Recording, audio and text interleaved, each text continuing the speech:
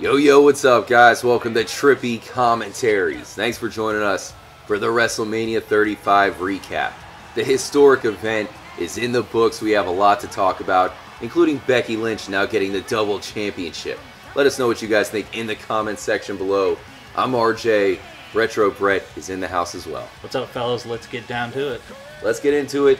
First of all, Retro, Becky Lynch, did you think she would actually do it? Yes. I think so too, but was it as good as we thought? I don't know about that. I'm sure you all saw it. Becky Lynch got the 3 count and the win, despite the fact that Ronda's shoulders were not actually pinned down the entire time. So kind of controversial. I don't know if you guys saw that. I thought it was going to be pretty epic to have Becky win and be the grand finale of WrestleMania 35. Instead, there were some botches. It just did not feel really that special. But before we get into that, Retro, I know you had a lot to say during the main event and really the entire time about the look of WrestleMania 35. What'd you think? Well, to me, it didn't look like a special WrestleMania event. And you've been to a couple, so... Well, I've been to one, WrestleMania 33 in Orlando. Okay. But, I mean, there was no physical set. It was just a big-ass LED screen and, the thing that usually they build above the ring. Yeah. Like for you, the roller coaster gimmick in Orlando. Well, no, above the ring, it was like a huge... Oh, you're talking about the big set around, that kind of massive stage? Yeah, it was just like a canopy in this one. It was really nothing special. Not as good as some of the years past, but nobody does it as big as WrestleMania. Oh, that's for sure. What do you think?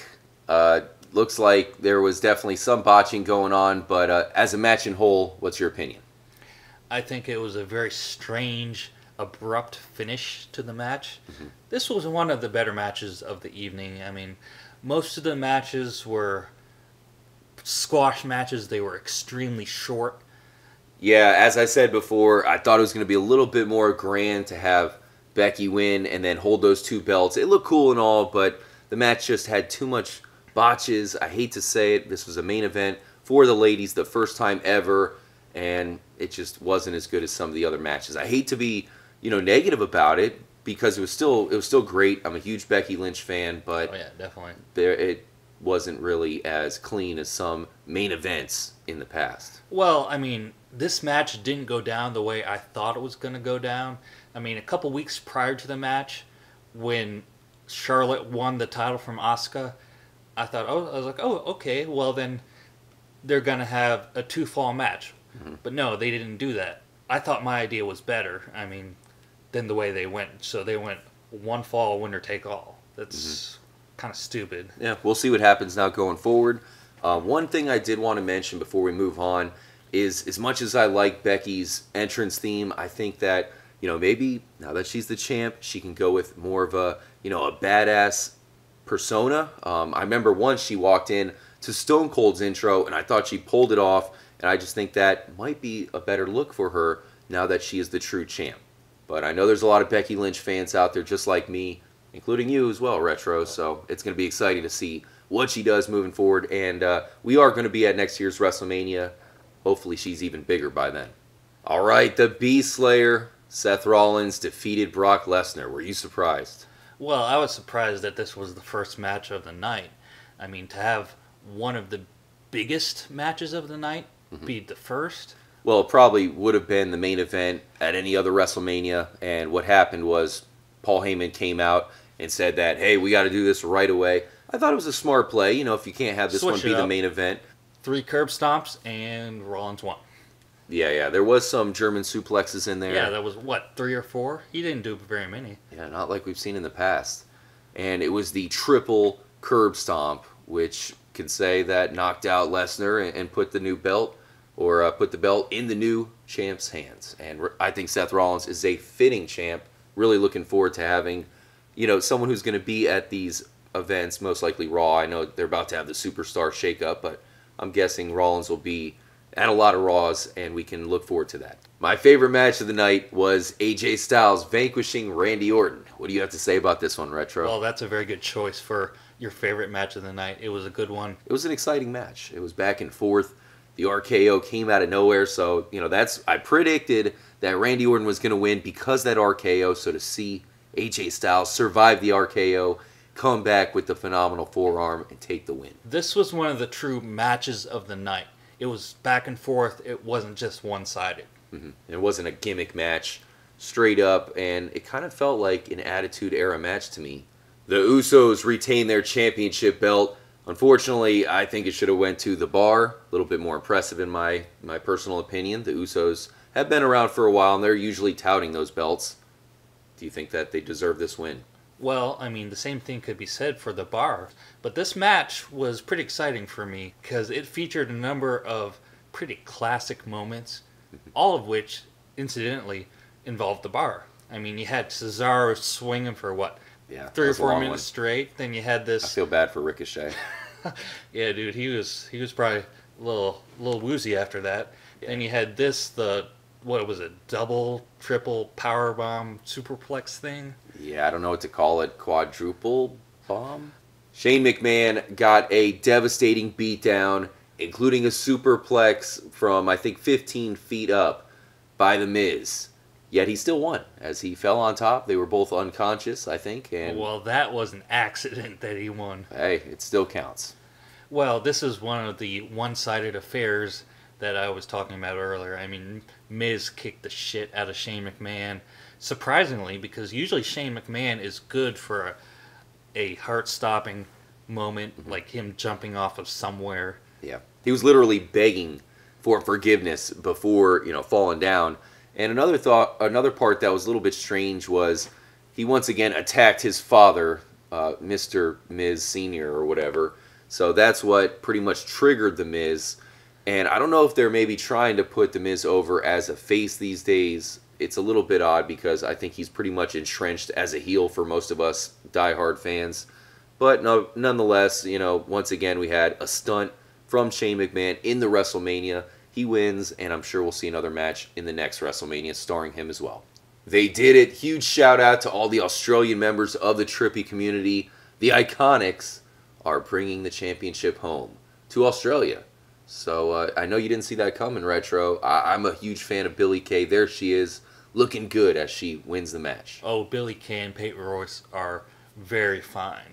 But this is the match I was totally freaking wrong about. I would pick K-Mac and Mike to win the Women's Tag Team Championship before I would pick the Iconics. Really? I still do not agree with the first ever tag team title holders dropping the belt after a month and a half. I remember you said that, so it happened, and now we'll see what comes next for the Iconics. One thing that stood out to me this year was the fact that the WWE Universe basically propelled both Becky and Kofi to their championships, really before they were jobbers. For years, they were kind of wasted, and here we have it. The Universe propels Kofi to defeating Daniel Bryan. I can't believe this actually happened. I mean, I'd say Kofi was a jobber for many more years than Becky was. Back when he was a Jamaican. Allegedly. Yeah. But, I mean, I don't think anyone was surprised by this match. I think everyone saw Kofi winning. Yeah, what I mean was, I wasn't surprised Kofi won. It's just thinking back a year, 2 years ago, Kofi was, like I said, a jobber.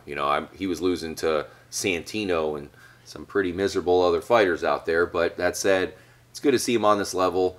I don't know what's going to happen next for him. I feel like he's not going to hold on to the title for too long. No. But then again, the New Day is so popular. Perhaps they want to keep it with them to sell the shirts. I mean, I think it's going to go a different angle.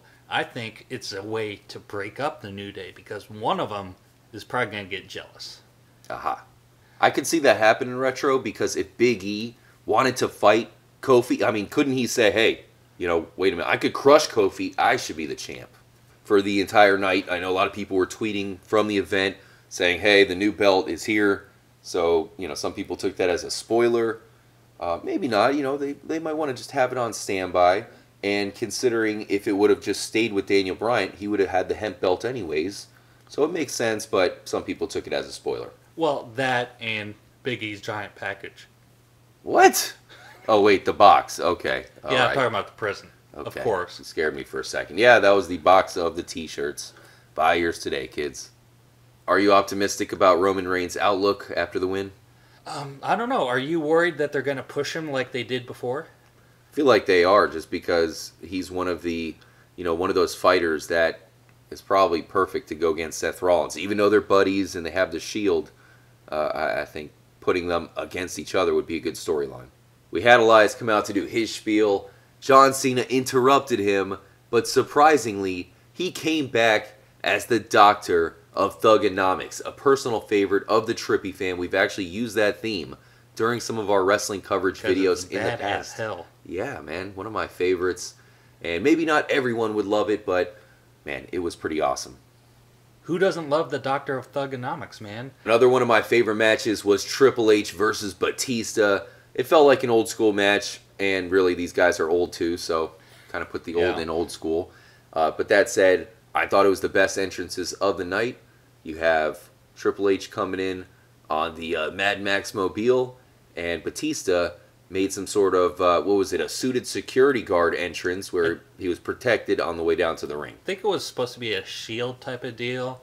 But, I mean, Triple H is always worth a good badass intro, but I thought this particular one wasn't one of his best.